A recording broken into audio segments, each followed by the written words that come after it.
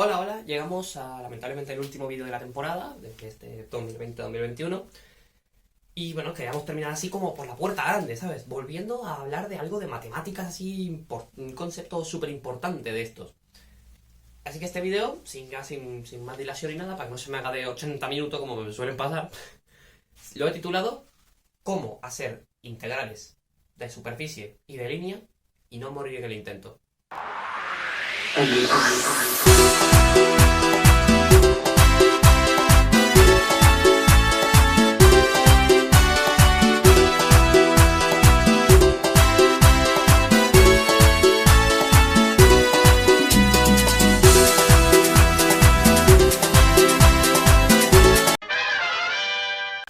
Pues muy bien, empecemos. Para empezar primero tenemos que ir primero a recordar lo que ya sabemos de integrales, ¿sí? Y sobre todo lo que ya sabemos de funciones, porque recuerda que todo lo que integramos son funciones. Cosas que llevan algo de un campo a otro campo, de una forma única. ¿Ok? Pero recordemos que teníamos funciones de una sola variable, porque por ejemplo llamábamos x, yo que sé, esta de aquí, ¿sí? Y podíamos hacer, teniendo esto, por ejemplo esto aquí, podíamos sacar el área bajo la curva, integrando sobre, por ejemplo, este dominio, ¿sí? Que esto vamos a poner que es A y B, por ejemplo, donde mi dominio era el pedazo de recta entre A y B, y decíamos que, por ejemplo, era la integral de A, esto diferencial de X. Ok, hasta ahí genial, ¿no? Después de esto descubrimos que existían funciones de dos variables, ¿sí? Sí, x cuadrado más y cuadrado, que si la graficamos aquí, recordemos el vídeo de funciones de dos variables, te quedaba el paraboloide, que era una cosita así más o menos, ¿sí? Y que entonces lo que hacíamos ahora era como nuestro dominio, que son las entradas de la función, eran todo este plano, que es como el piso, ¿sí? Es decir, si z es la altura, o sea, esta es fxy, si esta es la altura, esto es el plano, ¿bien? Si estoy perdiendo el tiempo en hablar de esto, es porque es importante. Es porque va a salir después. Aquí, el dominio es mi plano. El plano que tengo aquí, una superficie plana. Ya está, no tiene más. En la cual doy un valor, por ejemplo, aquí, hay un valor de x, un valor y me da una altura, y así. Entonces, podía sacar el volumen que estaba debajo de esta función, que es el paraboloide, integrando lo que se llama integral doble. Que era, ahora, en vez de integrar sobre un pedazo de la línea, que es mi dominio, como ahora mi dominio es un plano, integrando sobre una región del plano, ¿sí?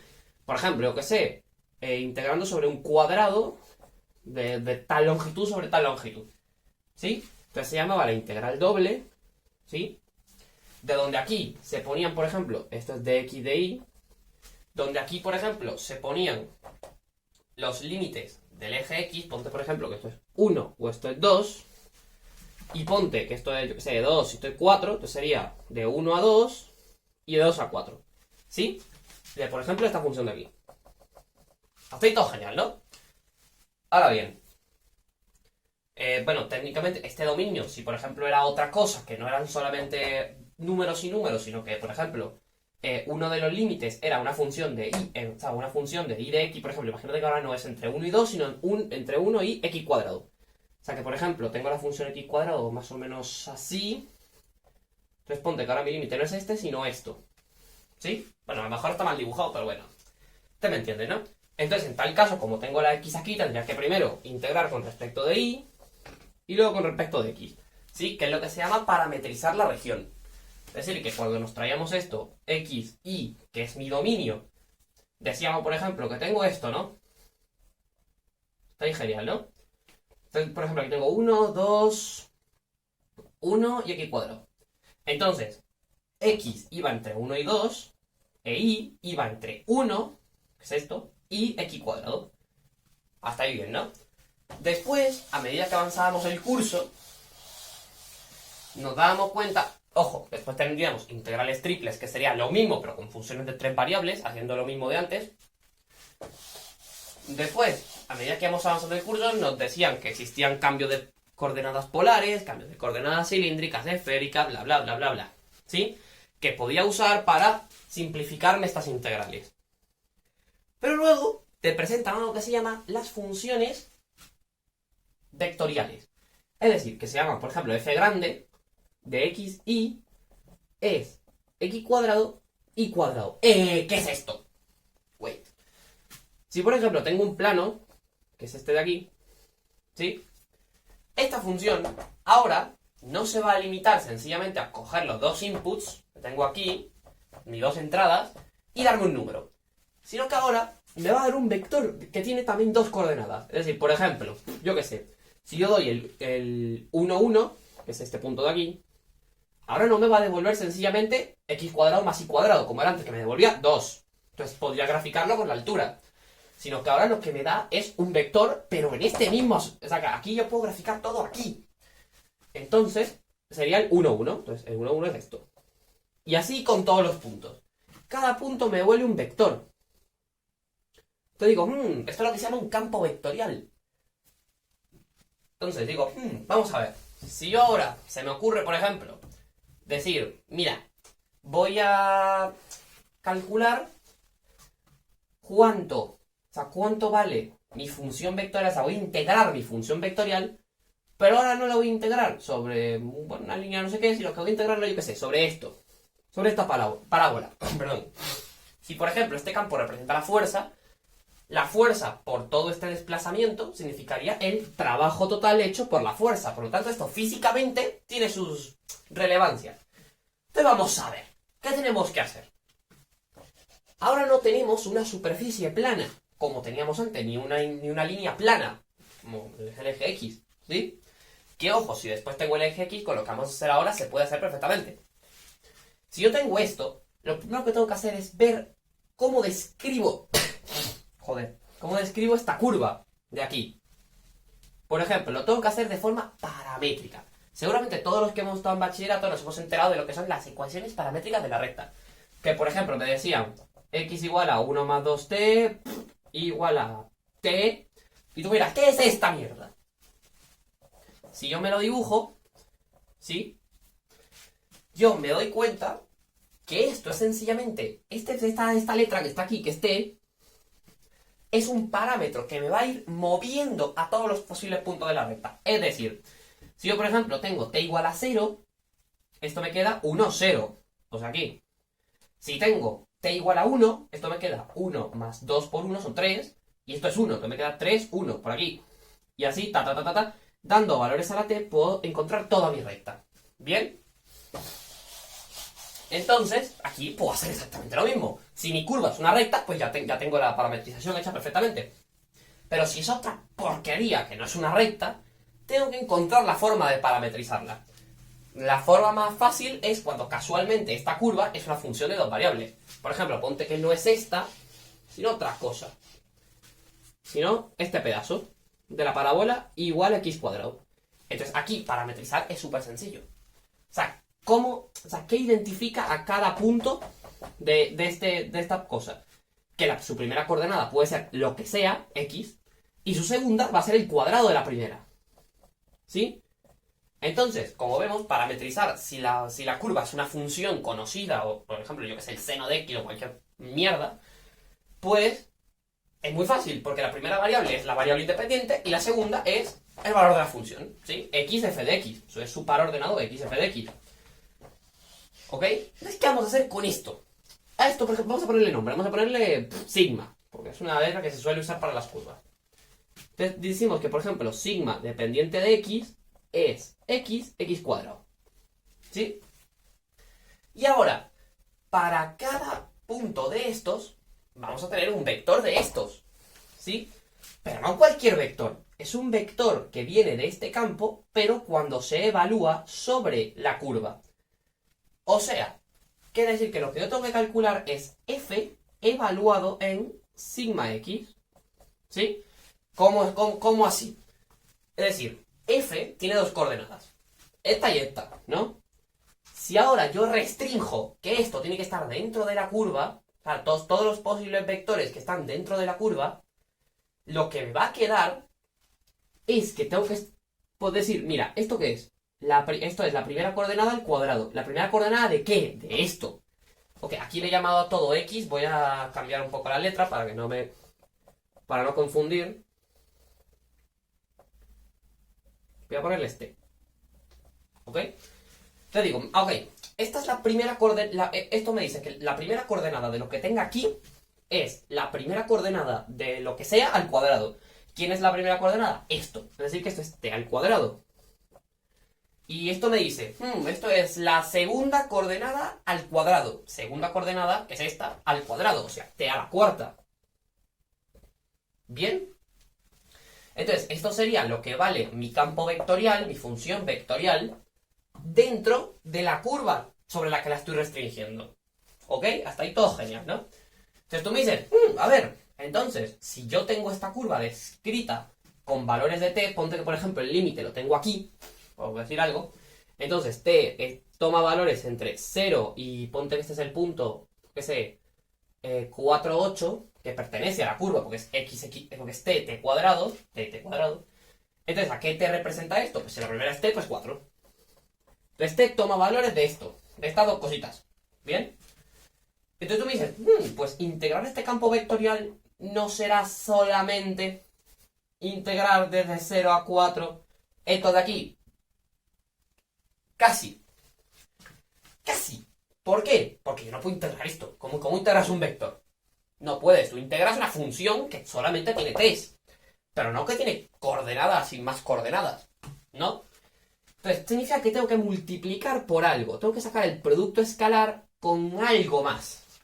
¿Qué es ese algo más? Vamos a ver. Si yo, por ejemplo, tengo un vector aquí, este de aquí, que me viene siendo el 0, 0, por ejemplo, no es en realidad, pero para cada punto de la trayectoria, se llama trayectoria esto, tengo esto, que es un vector tangente a la trayectoria. ¿Quién me marca eso? La derivada de la trayectoria. ¿Por qué? Porque si yo tengo esto, por ejemplo, esto, si lo vemos con atención, la dirección de este vector que es tangente es la pendiente de la recta tangente. ¿Quién es la pendiente de la recta tangente? La derivada, ¿no? Entonces, si saco el producto escalar de esto para cada momento, o sea, de el vector evaluado aquí por el producto escalar, perdón, el vector evaluado en ese punto por la derivada en ese punto, ¿sí? La derivada de la trayectoria en ese punto, y eso sumo todas las posibles combinaciones de vector derivada que tengo entre los dos puntos que me interesan, que son estos dos, por ejemplo, conseguimos lo que se llama la integral de línea, ¿sí? Que sería, por ejemplo, en este caso, la derivada de la trayectoria, como tengo dos coordenadas, entonces derivo cada una independientemente, la derivada de t con respecto a t, porque todo es con respecto al parámetro que me interesa, sería 1, 2t, ¿ok? Saco el producto escalar, que sería t cuadrado más 2t a la quinta, diferencial de t, y mi integral de línea, que por ejemplo, si esto fuese un campo de fuerza, me diría cuál es el trabajo hecho o recibido por esta fuerza en toda esta cosa, sencillamente sería resolver esta integral, que es una integral sencillita e inofensiva. Entonces aquí no lo voy a resolver porque no voy a perder el tiempo en esto. Ahora bien, ¿cuál es la clave de estas integrales de línea entonces? Un segundo. La clave de las integrales de línea entonces es parametrizar la región. Sabemos que después es sacar la derivada, hacer el producto escalar y se acabó. ¡Ey! ¿Qué pasa si tengo una función escalar que no es vectorial? Pues entonces, cuando tome la derivada, por ejemplo, si tengo una función xy, 2xy, por ejemplo, ¿qué pasa? Yo no puedo tomar el producto escalar de esto con el vector derivada porque me daría otro vector y no puedo integrar eso. Ahí en ese caso lo que se suele hacer, bueno, lo que se suele hacer no, lo que se hace, por ejemplo, entre 0 y 4, estoy inventando, ponte que si yo evalúo la función en la trayectoria, recordemos, la trayectoria era, por ejemplo, t cuadrado, ¿ok? Donde t es mi parámetro. Si yo evalúo esto, la función en t cuadrado es 2 por t al cuadrado, es decir, 2 por t al cubo, ¿sí? Y ahora, cuando yo saque la derivada de la trayectoria, que es 1, 2t, tengo que tomar el módulo. Porque ahora sencillamente lo único que me interesa es la longitud de dicho segmento, porque estoy en una función escalar. O sea, lo que me interesa es el tamaño, más que la dirección como tal. Entonces tengo que tomar el módulo, que sería la raíz cuadrada de 1 más 4t cuadrado. Entonces aquí multiplicaría por esto y resuelvo la porquería que me quede. ¿Sí? Es así de simple. Ahora, ¿Habrá una vuelta de tuerca más? Sí, sí la hay. Porque ¿qué pasa si yo tengo que hacer esto mismo, pero ahora no es una línea, sino una superficie? Pues llegamos a la segunda parte del vídeo. Ok, muy bien. Ahora, como hemos dicho, esto es una vuelta de tuerca más. Si ya les pareció difícil parametrizar las curvas, ¿sí? Que ojo, no he dicho esto, pero hay otras curvas que no son funciones, o sea, que no son, por ejemplo, que es un círculo, donde hay que ponerse un poquito más creativo. Por ejemplo, esto podría decir que eso se puede poner en polares. Es decir, cada punto de esta cosa es descrito porque su coordenada X es, por ejemplo, fijamos un radio 3 coseno del ángulo, que ahí es 3 0 del ángulo. ¿Sí? Es decir, que para cada valor del ángulo voy a tener un punto. Es decir, que este ángulo me sirve como parámetro. ¿No? Entonces, sencillamente, esta es mi curva. O sea, mi curva sigma, que es, por ejemplo, de aquí hasta aquí, sería esto, sabiendo que el parámetro se restringe en valores entre 0 y 2pi. ¿Sí? Si doy la vuelta entera. Si doy media vuelta es pi, si doy un cuarto de vuelta es pi medios. Whatever. ¿Ok? Ahora bien, vamos a hacer para lo que sigues viendo esto, que son las integrales de superficie. ¿Qué hacemos con ellas? Imagínate que ahora estoy en 3D, ¿eh? ¿Por qué? Porque si estoy solamente en 2D, hablar de integral de superficie es tremenda estupidez. ¿Por qué? Porque la única superficie que podría tener un plano bidimensional es una superficie en el plano bidimensional. Y esto pues se reduciría sencillamente a lo que hemos hablado al principio, a ser una integral doble. Y ya está, no tiene más. Que podría Entonces, aquí tenemos que inventarnos otra cosa. ¿Sí? Aquí podría, por ejemplo, hacer integrales de línea, pero integrales de superficie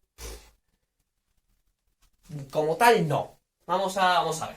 Entonces, ahora me voy a las 3 dimensiones. ¿Bien? X y Z. Es decir, que ahora todos los campos vectoriales que voy a tener tienen 3 componentes. Para simplificar, vamos a poner X y Z. ¿Ok? Ahora, vamos a ver.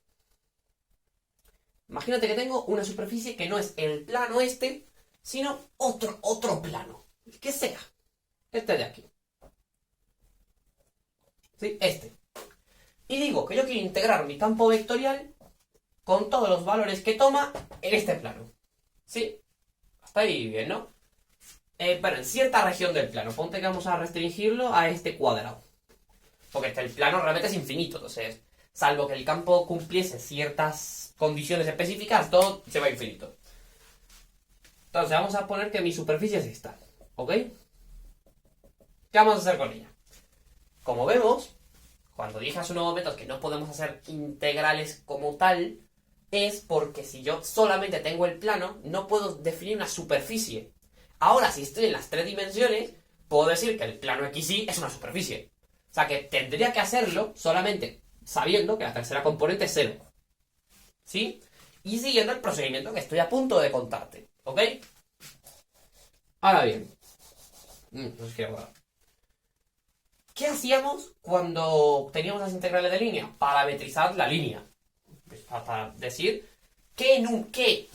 cómo tengo que decir que las coordenadas son en función de un numerito que moviendo el numerito me lleva a todos los puntos de la línea. Pues aquí tengo que hacer lo mismo. La diferencia es que ahora, como tengo 2 grados de libertad, es decir, antes con la línea solo me podía mover o hacia acá o hacia acá.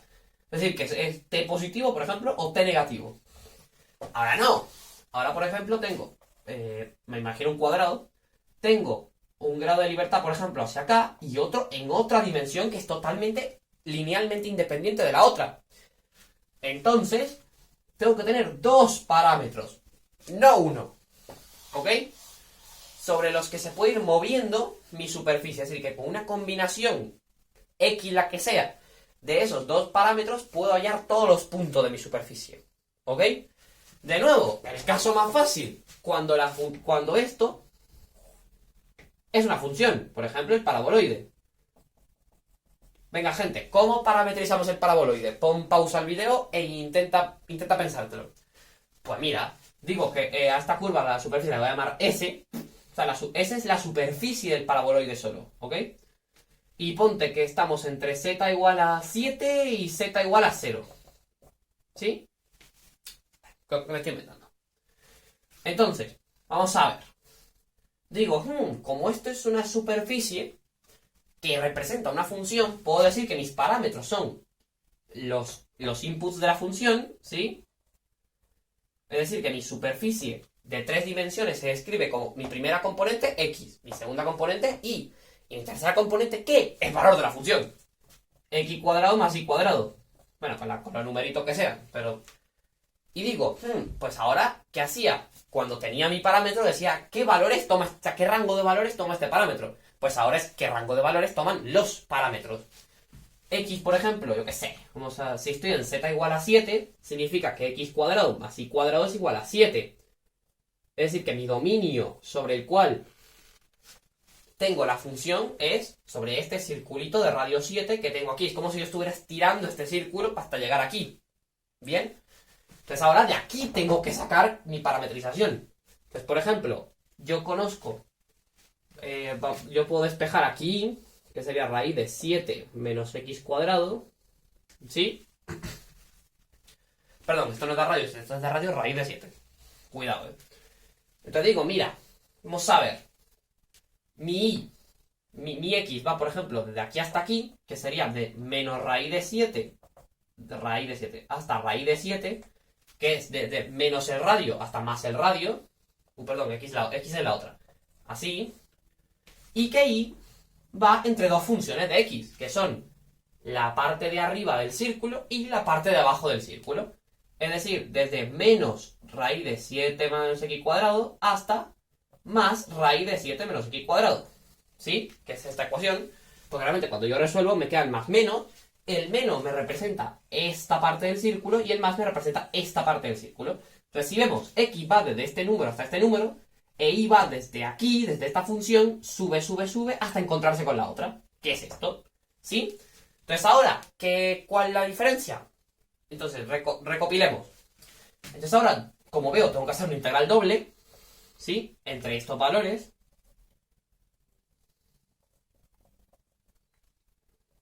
Menos raíz de z, raíz de 7. Ahora voy a integrar sobre mis dos parámetros de x y de y, que realmente como tengo la función de x aquí, tendría que ser de y de x.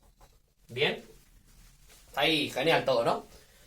Y digo, me falta un ingrediente todavía.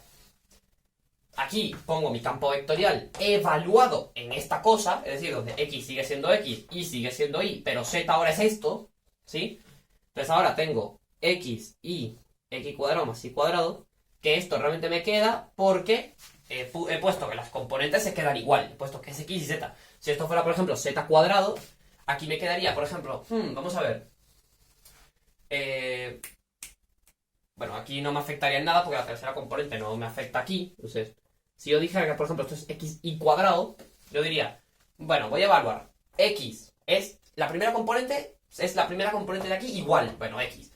Esto es la segunda componente de aquí al cuadrado, pues sería y cuadrado. Y esto es la tercera componente de aquí se queda igual. Es x cuadrado más y cuadrado, pues se queda ahí. Me falta multiplicar por algo. Todavía, el producto escalar me falta hacerlo. ¿Con quién? ¿Quién me definía una superficie? Vámonos un momento, si no te lo has visto, al vídeo donde hablo de inducción electromagnética, este que está aquí. Ahí hablo de que hay un vector particular que representa como la cantidad de superficie que tengo y es normal a la superficie y me describe perfectamente a toda la superficie. El vector normal, este de aquí. ¿Cómo saco el bendito vector normal entonces? Ya que ahora ya no tengo sencillamente un plano en cual, si de nuevo fuiste a bachillerato, te puedes dar cuenta que el vector normal, sencillamente cuando tienes un plano 2x más y igual a 0, qué sé, estoy inventando, el vector normal es sencillamente 2, 1, 0. ¿Sí? Pero aquí ya tengo porquería varia. Tengo que hallar dos vectores que en este punto sean tangentes al plano, o sea, que como que pertenezcan al hipotético plano que se me haría cuando yo tomo una muy pequeña parte de esto, ¿sí? Porque después puedo tomar una parte muy pequeña de esto, porque después voy a integrar, me da igual. Digo, o sea que realmente cuando yo tomo un área muy pequeña, esto es un plano. Cualquier superficie, cuando tomo un área muy pequeña, es un plano. ¿Sí? Entonces vamos a ver, ¿quiénes son los vectores que pertenecen a mi plano? pues cómo varía mis dos parámetros, ¿sí? Cómo varían los dos parámetros que estoy teniendo en un corto intervalo de tiempo. ¿Cómo hago eso? Sacando las derivadas parciales. ¿Sí, no? Entonces digo, mira, el vector tangente en la dirección X sería la derivada parcial con respecto a X de cada uno de estos. Por ejemplo, 1, 0 y 2X. Y análogamente, TI sería 0, 1, 2Y. Bien, y si nos acordamos de bachillerato de nuevo, el vector normal es el producto vectorial de estos dos. ¿Sí? O sea que N realmente sería TX, TI. Me hago la cuenta, me queda un vector y lo meto aquí. Y ya está. Y de nuevo resuelvo esta porquería como toque. ¿Sí?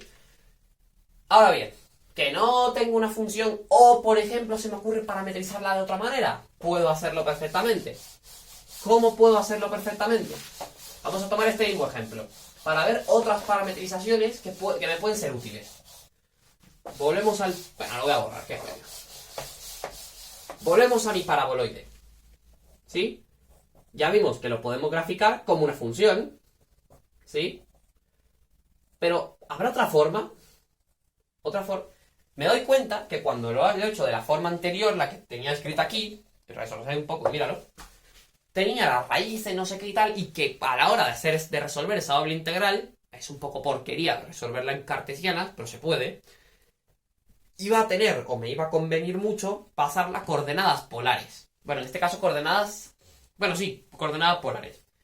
Entonces, yo ahora miro y digo, ¿puedo parametrizar esto de otra forma? Vamos a ver. En este caso, yo tengo que mi función es esta, ¿no? Z es igual a x cuadrado más y cuadrado. Y yo digo, esto ya me canta mucho a coordenadas polares. Esto de x cuadrado más y cuadrado. ¿Por qué? Porque si yo tomo zetas constantes, lo que me quedan son círculos. Un círculo, otro círculo, otro círculo. Es decir, que para cada valor de z, yo podría parametrizar este círculo en coordenadas polares, como hemos hecho hasta hace nada. Te digo, por ejemplo, solo que ahora el radio es variable. Porque no es como antes que digo, voy a fijar el radio a 3 porque mi superficie sobre la que quiero integrar, mi curva, perdón, tenía radio 3 y digo, bueno, venga, vamos a usar el radio 3. Aquí el radio es variable, va a ir cambiando, ¿sí? Entonces digo, vamos a ver, para cada uno de estos círculos me determina totalmente la coordenada X y la coordenada Y. Para cada nivel. Voy a buscar un círculo de esto, por ejemplo, este de aquí, que me parece bonito, y digo, ¿cómo encuentro la relación entre X e Y aquí? Pues sencillamente uso las coordenadas polares. X es igual a R coseno del ángulo e Y es igual a R coseno del ángulo. ¿Sí? Ahora bien, me falta definir quién es Z. ¿Yo sé quién es Z? Sí, es esto. Z es esto. Ya está, no tiene más. Z es x cuadrado más y cuadrado. ¿Quién es x cuadrado más y cuadrado? R cuadrado, en coordenadas polares. Claro. Entonces, he logrado lo que quería. He logrado parametrizar S usando dos parámetros, que son el ángulo y R. Entonces, ahora tengo que ver desde dónde hasta dónde va cada uno. Por ejemplo, aquí ponte que este es Z igual a 5. Pues me estoy inventando. El ángulo, como vemos, da toda la vuelta. Entonces es 0,2pi. ¿Sí? Y mi radio va entre qué y qué. Entre 0, está claro. Pues imagínate que yo quiero integrar por todo este pedazo. Entonces R empieza en 0 y va aumentando ¿hasta dónde? Pues hasta el que corresponda a z igual a 5. Como R cuadrado es igual a 5 en ese punto, R es igual a raíz de 5. 0 raíz de 5. Y ya está, no tiene más. Es esto. Sencillamente, lo que tendría que buscar es ver qué requisitos tienen que cumplirse y parametrizar en función de esos requisitos. Si por ejemplo digo, mira, tengo el corte entre esto y esto, pues lo que tengo que hacer es buscar coordenadas tal que se cumplan todas las restricciones que me exige la superficie. ¿Sí? Si por ejemplo tengo aquí un plano igual a z, pues digo, ahora z no es cualquier cosa, z tiene que ser algo que se me ajuste a esto. Y así. Pero eso ya es más práctica que otra cosa. Eso ya... y tener un poquito de visión espacial. Ahora bien, hemos visto cómo parametrizar todas estas porquerías. Análogamente, si lo que tengo que integrar es una función escalar, hago lo mismo, solo que ahora el vector normal le cojo el módulo. Y se acabó, ya está. No hay que hacer más nada. Ahora, para terminar, voy a presentar 3 increíbles teoremas, que se llaman teoremas, que a lo mejor te pueden facilitar un poquito la vida a la hora de hacer estas basofias. Empecemos. Vamos a ver. Aquí no me voy a meter mucho en lo que son la divergencia y todo. Voy a asumir que lo conoces, que conoces la divergencia rotacional, espero. Pero bueno, si no, te la presento igual. ¿Qué carajo? Se le llama divergencia, que es este operador que está aquí con el punto, que es el producto escalar, de un campo vectorial a sencillamente ir sumando las derivadas parciales de cada componente. Es decir, el sumatorio de Fn, ¿sí? Yo que sé, con respecto a la variable xl, ¿ok? Que esto no te quedó claro y quieres un ejemplo. Por ejemplo, teniendo el campo de dos variables x, 3y, ¿sí? La divergencia me va a dar la derivada parcial con respecto a esto es 1, más la derivada parcial con respecto a la segunda variable, es decir, y de esto es 3. Entonces me daría 4. Bueno, en este caso sería constante para todo punto. ¿Y qué es el rotacional? Que es casi igual pero con una x. Pues es el producto vectorial entre esto que se llama el operador nabla, que es deriva parcialmente con respecto a tantas componentes. Entonces ahora tengo que coger el producto vectorial, ¿sí? Aquí derivo con respecto de x, aquí con respecto de y, aquí con respecto de z. Y aquí, por ejemplo, lo que sé, mis componentes del campo, f1, f2, f3. Entonces hago mi producto vectorial y me queda otro vector. ¿Bien? Me queda otro campo vectorial, mejor dicho. En cambio la divergencia es una escalar. Y luego tenemos una tercera cosa con la cual ya voy a presentar el primer teorema, que es el de Green. ¿Qué me dice el teorema de Green? Si yo tengo una integral de línea, de lo que sea, sobre una, yo qué sé, vamos a poner aquí, me estoy inventando. Estamos en 2D. El teorema de Green funciona en 2D solamente, ¿ok? Que quede claro. Por ejemplo, que tengo xy y digo, mira, a ver, tengo que sacar la integral de línea sobre esta cosa, ¿no? ¿Sí? Sobre esta cosa que es una curva cerrada, importante, es una curva cerrada, a la cual le voy a llamar t. Entonces tengo que sacar la integral con respecto a t de un campo vectorial de 2 dimensiones. Y solo 2 dimensiones, por favor. El teorema de Green me dice que esto es igual a algo. ¿Qué es ese algo? ¿Por qué es importante que la curva sea cerrada? ¿Sí? Por cierto, si tu curva es abierta o tu superficie es abierta, como vamos a ver después, olvídate de estos teoremas y te aguantas y parametrizas tu superficie. Esto solo sirve cuando hay cosas cerradas. ¿Por qué? Porque esta curva t va a encerrar una superficie aquí, ¿no? Que es esta de aquí. Vamos a llamarle S. Otra vez S. Esto me dice que esto es exactamente igual a la integral, a la doble integral, de hecho, sobre S, donde S es lo que sea, S es la superficie que encierra esto, de lo que se llama el rotacional escalar. ¿Sí? ¿Qué es esto? El rotacional escalar se parece mucho al rotacional de 3 dimensiones, el que acabo de presentar, solo que ahora sencillamente es un escalar, no es un vector, importante, por eso lo de la doble integral y no integral de superficie, que sería sacar la derivada parcial de la segunda componente con respecto a la primera variable menos la derivada parcial de la primera componente sobre la segunda variable. Que como vemos, si hacemos el rotacional haciendo los productos vectoriales y tal, todo eso el determinante y tal, nos quedaría algo similar a esto, solo que en 3 dimensiones. Entonces por eso se llama que este teorema es como el hermano pequeño del que viene ahora, que ahora vamos a ver. Entonces, si por alguna razón, por ejemplo, yo tengo esta integral de línea y me es mucho más fácil parametrizar la superficie que esta cosa, pues puedo usar esto. Siempre que se cumplan ciertas hipótesis, es decir, que el campo se comporte debidamente, que exista, que sea derivable, continuo, todo eso. Que en la mayoría de los casos lo es, así que, bueno. Pero yo solo aviso. Que si se cumple, o sea, si el campo se porta lo suficientemente bien, esto cumple. El teorema de Green cumple. ¿Ok? Porque por alguna razón se me puede hacer más fácil parametrizar la superficie S que esto. O también puedo usar el camino inverso. Esto es una igualdad, se cumple para los dos lados. Si yo por alguna razón se me hace fácil, sabiendo el rotacional escalar, conocer quién es mi campo o inventarme un campo que lo cumpla, ¿sí?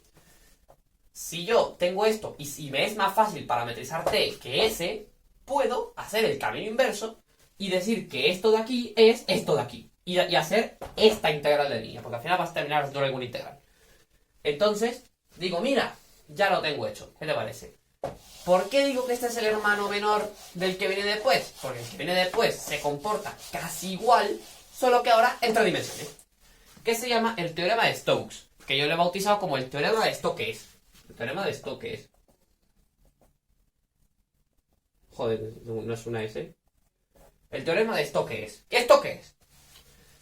Este me dice que ahora, por ejemplo, yo estoy en tres dimensiones. Tengo, yo qué sé, vamos a coger el paraboloide como superficie otra vez. ¿Sí? Si yo tengo una superficie que no es cerrada, porque cuidado que no es cerrada, y ya vamos a ver por qué no puede serlo, siempre, si la superficie no es cerrada, siempre se va a tener un extremo. Es decir, siempre va a tener un sitio donde yo puedo pasar de afuera a adentro, o sea, como una frontera. Que en este caso sería, por ejemplo, esta circunferencia, ¿ok? Bien, ¿no?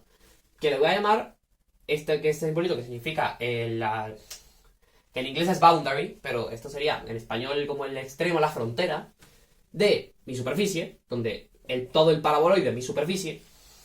El teorema esto que es, me dice que la doble integral sobre S del rotacional de un campo equivale a la integral sobre la frontera de S del campo en sí.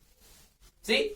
Es decir, que si yo, por ejemplo, tengo que integrar un campo sobre el paraboloide, que por alguna razón me es fácil, sabiendo el rotacional, sacar el... Por ejemplo, ponte que me tengo que sacar la integral de superficie de un campo G. Si por casualidad yo puedo encontrar un campo tal que G sea el rotacional de F, puedo aplico el teorema. ¿Por qué? Porque es mucho más fácil, como hemos visto, parametrizar un círculo como integral de línea que parametrizar una superficie. ¿Sí? Entonces, esto es el teorema de Stokes. Vamos a ver ahora. ¿Por qué no puede ser una superficie cerrada? Pues por la sencilla razón de que si lo fuese, por ejemplo, si ahora yo cierro esto aquí, por yo que sé, no tiene frontera, ¿verdad? Podría usar el teorema de Stokes dividiendo en dos partes, pero ahora tendría que hacer dos integrales. Entonces, a lo mejor ahora me vendría más conveniente intentar parametrizar toda la superficie entera. O no, quién sabe, eso ya es cosa tuya. ¿Ok? Entonces, por eso es clave que la superficie no sea cerrada, porque si no, no tiene frontera. ¿Ok? Ahora pasamos al último, donde ahora las superficies sí que son cerradas, que es el conocidísimo, del que ya he hablado unas cuantas veces, el teorema de Gauss, uno que resultó fundamental para nuestra comprensión del electromagnetismo.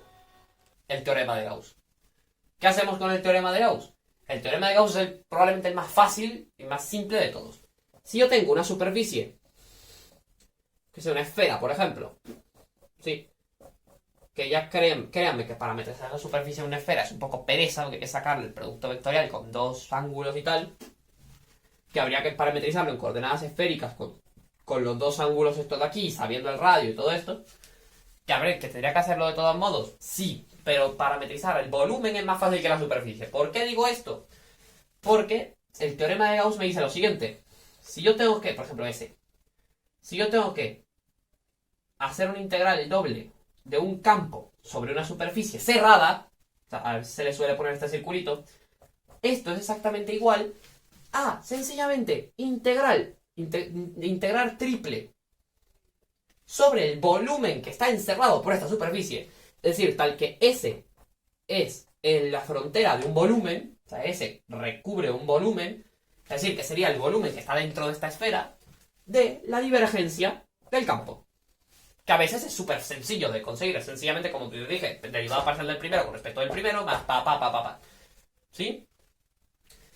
Y tiene sentido, porque esto, como es un producto escalar, me queda un escalar y puedo integrarlo triple. ¿Sí? No sería una integral de volumen, sino que sería una integral triple de toda la vida. Entonces ahora lo único que tendría que hacer es parametrizar el volumen de la esfera, que ya te digo yo que es bastante fácil y no habría que volverse muy loco, ni hacer productos vectoriales ni nada por el estilo, sacar la divergencia del campo y chuto, y ya está, para adelante, ya, y no hay que hacer más nada. Por eso este teorema a lo mejor es el más poderoso de todos. ¿Que se pueden combinar? Sí. Porque, por ejemplo, imagínate que yo tengo un campo G, que es el rotacional de F, por alguna razón, y tengo que sacar la, yo qué sé, la integral sobre esta cosa que tengo aquí, sea cual sea esa cosa, sobre la superficie S. ¿Bien? Te digo, vamos a ver, yo voy a intentar hacer esto. Pues ahora tengo dos opciones, o uso el teorema de Stokes y me baso en coger esta frontera de abajo, ¿sí? Así, me cojo la frontera de abajo y uso el teorema de Stokes. Por ejemplo, es decir, que me dice que la integral sobre S de G, como G es el rotacional de F, sería la integral, esto es sobre la frontera de S, de F. ¿Ok? O puedo usar ahora el teorema de Gauss. ¿Cómo? Cerrando la superficie. Es decir, incluyendo esto dentro de mi superficie y restando. Porque yo sé que la integral sobre todo esto es igual a la integral del volumen, que por alguna razón el volumen se me va a hacer fácil parametrizar, por lo que sea. Esa es la integral de volumen de la divergencia de G. ¿Sí? Hasta ahí espectacular, ¿no? Que ya le digo yo que si esta superficie es un rotacional, la divergencia del rotacional es 0. Entonces ya le digo yo que esto vale 0. ¿Ok? ¿Qué significa que esto valga 0? Que la integral, ¿sí?, sobre la superficie de G, vamos a llamarle S1 y S2, S2 es la que teníamos antes, S1 es la que hemos cerrado, más G, S2, tiene que ser igual a 0. ¿Sí? Ya está. Entonces digo, bueno, ahora sencillamente esto se me limitaría a la integral de superficie de esto de aquí. ¿Sí? Porque ahora yo sé que si yo tengo que sacar la integral sobre S1, que es la que me interesa, la que está aquí arriba, sencillamente ahora tengo que decir que esa es menos la integral sobre S2. ¿Y qué pasa con la integral de S2? Si tengo que sacar la integral de superficie sobre S2, ¿qué pasa? Puedo usar el teorema de Stokes, ¿no? Porque puedo parametrizar bueno, puedo hacer la integral de superficie directamente, pero puedo usar el teorema de Stokes y me quedaría que esto es sencillamente, ¿sí?, la integral, o menos, bueno, el signo depende de la orientación que tome, pero vamos a olvidarnos del signo por un segundo. Esto me diría que la integral sobre esta superficie de G sería la integral de línea sobre esto, que es S2, sobre la frontera de S2, de F. ¿Sí? Y si nos damos cuenta, esto, siendo G el rotacional de F, es el teorema de Stokes. ¿Sí? ¿Qué me dice el teorema de Stokes? Como veo que por el teorema de Gauss, esta cosa, superficie cerrada, siendo esto un rotacional, la integral vale 0, entonces significa que tenga la superficie que tenga aquí, si la frontera es esta, la integral del rotacional va a valer siempre lo mismo. Eso me lo dice el teorema de Stokes también. Pero, bueno, esto es una forma bastante intuitiva, por decirlo así. A lo mejor he confundido más a la gente, quién sabe, de demostrar esto. Entonces, estas son las principales cositas que hay de integrales de línea, integrales de superficie. Espero que haya gustado este video. Y bueno, ya nos vemos en próximas semanas, porque ya veré qué se me ocurre. Hasta luego.